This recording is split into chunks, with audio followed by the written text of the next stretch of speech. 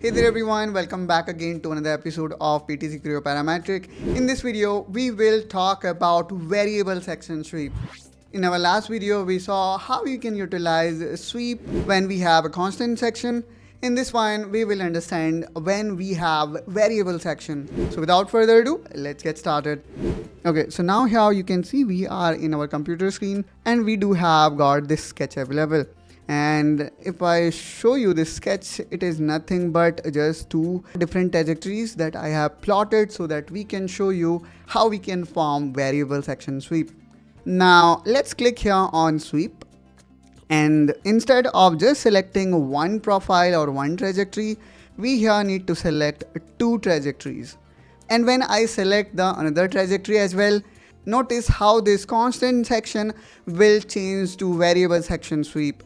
So let me select the second one, and there we go guys. Now here we can see we have got this variable section sweep. Now let's click here on sketch. And now here we are getting two cross reference point.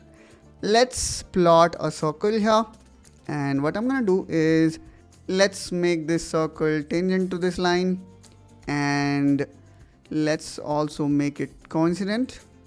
And now here we can see we have created our cross section.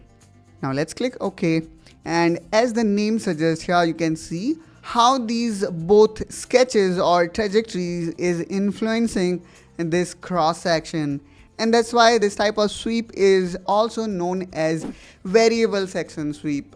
So in this way guys, we can form this variable section sweep inside PTC Creo Parametric.